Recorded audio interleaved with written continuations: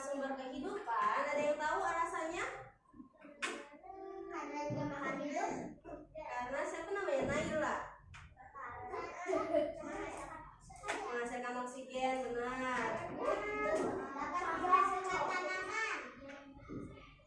Yang menghasilkan tanaman. Menghasilkan sesuatu yang bermanfaat. Iya, menghasilkan sesuatu yang bermanfaat.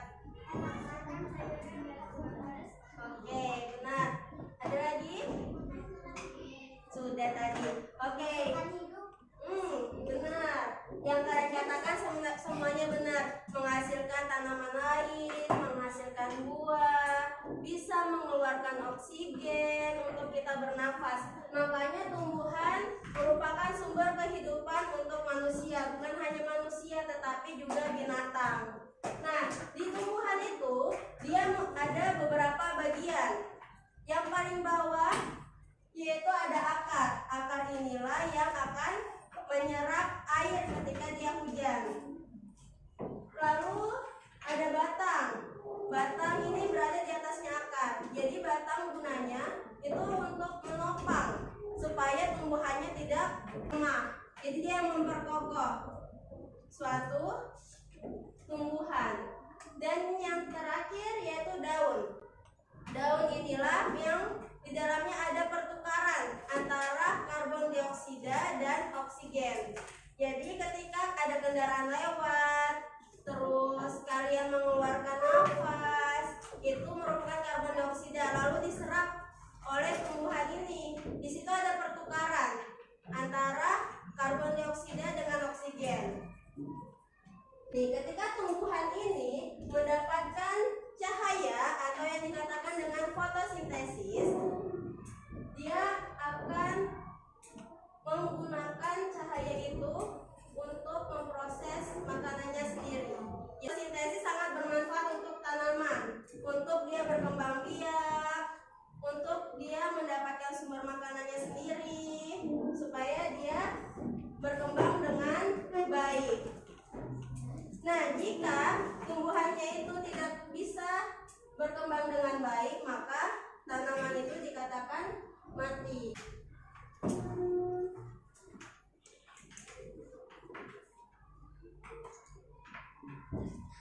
Nah, ini tadi merupakan masing-masing dari bagian tumbuhan, di mana akar yaitu di dalam tanah. Di akarnya ini dia mempunyai rambut-rambut akar. Gunanya rambut-rambut akar, dia untuk menyerap air lalu dibawa ke batang. Batangnya ini akan menyalurkan ke seluruh bagian tanaman termasuk daun. Daun akan memproses lagi bersama dengan cahaya yang datang, lalu dia akan menyebar luaskan ke seluruh bagian tumbuhan dan menghasilkan buah. Nih, akar merupakan bagian yang ada di dasar dalam tanah. Itu ada akar tunggang. Akar tunggang tuh akarnya kayak jarang-jarang. Dia kayak terpisah-pisah, tapi dia lebih kuat daripada akar serabut. Karena akar tunggang ini lebih menancap ke dalam tanah, sedangkan akar serabut ini tidak terlalu. Akar serabut dia memiliki banyak cabang. Yang menyebar di dalam tanah. Lalu fungsinya rambut akar lagi, gunanya dia bisa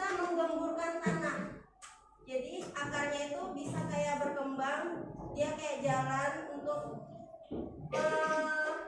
membuat jalannya sendiri supaya tanahnya itu gembur naik ke atas, supaya terpisah-pisah nggak terlalu padat. Batang itu juga terbagi menjadi dua, yaitu ada batang kayu dan batang yang lunak atau batang yang basah. Batang kayu ini dia lebih kokoh, dia tidak mudah kalian patahkan. Kalau misalkan batang yang basah kayak daun seledri, kalau batang yang berkayu kayak pohonnya rindang. Nih, ciri-ciri dari batang yang berkayu biasanya lebih keras. Warnanya dia warna coklat tua. Terus sulit untuk dipatahkan. Bisa dipatahkan tapi menggunakan alat mesin. Lalu kalau yang batang basah dia lebih lunak, warnanya hijau dan mudah untuk kalian patah. Nih, ternyata daun itu dia memiliki berbagai macam jenis, termasuk yang pertama yaitu daun menyirip. Kenapa dikatakan daun menyirip? Karena lihatin tulang daunnya. Tulang daunnya ini seperti tulangnya ikan. Pernah makan kan? Nah, ini seperti tulangnya ikan. Dia menyebar ke kanan dan ke kiri. Bagian yang paling bawah ini namanya tungkai. Sedangkan yang bagian ini tulangnya itu dikatakan tulang daun. Dan yang warna hijaunya ini disebut dengan helai daun. Nah, di daun ini dia terdapat proses fotosintesis. Nih, bentuk daun yang menyirip biasanya lebar dan juga pipih. Itu bisa kalian temukan pada tumbuhan daun mangga, daun jambu, daun nangka, terus daun sirsak, itu menyirip semua. Nih, sedangkan tulang daun yang menjari dia seperti jari, walaupun kadang lebih helaiannya. Contohnya itu kayak daun singkong sama daun pepaya. Yang ketiga yaitu tulang daun yang melengkung. Kenapa dikatakan tulang daun melengkung? Karena daunnya itu dia melengkung ke bawah.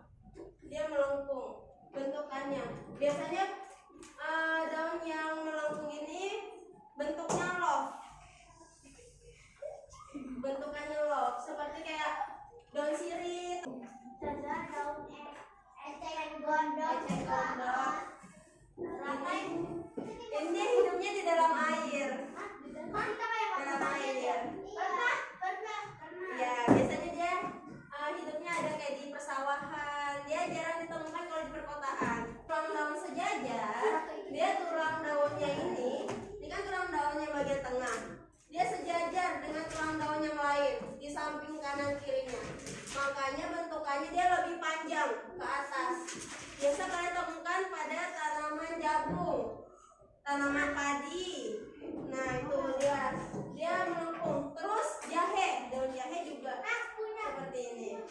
Berdasarkan jumlah helaian daun, itu ada yang banyak dan ada yang sedikit.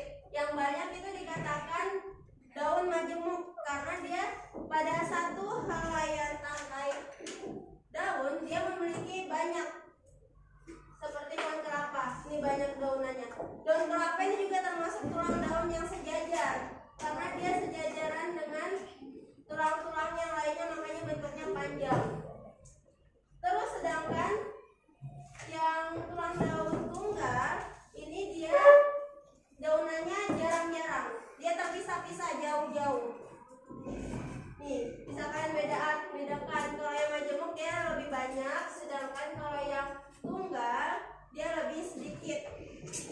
Kalau dipatahkan tulang daunnya dia lebih sedikit yang daun tunggal ini daripada yang daun kelapa. Kalau daun kelapa dipatahkan kan langsung kayak banyak. Fotosintesis merupakan proses yang paling penting di muka bumi ini. Kalau misalkan kalian bayangkan bagaimana kalau sehari aja tanpa ada mataharinya nggak muncul, pasti tanaman-tanaman ini akan mati. Sedangkan tanaman ini merupakan sumber kehidupan untuk makhluk hidup. Kalau tanamannya ini mati, secara otomatis hewan juga mati. Lalu manusia memakan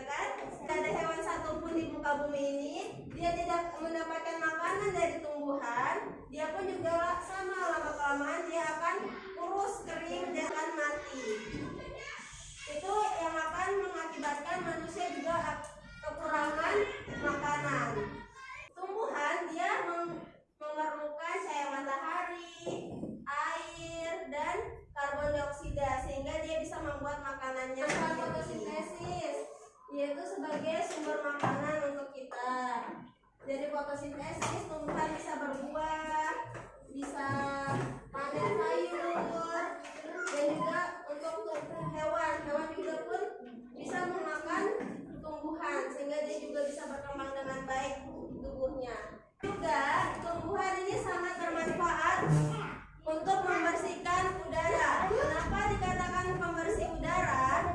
Karena menyerap asap. Jadi dari asap sampah, asap kendaraan, pesawat, mobil, motor, itu semua diserap oleh tumbuhan. Jadi udaranya sekitar kalian ini menjadi bersih. Maka dari itulah pentingnya pohon tanaman pada hidup kita. Selanjutnya kita akan mengerjakan LKPD.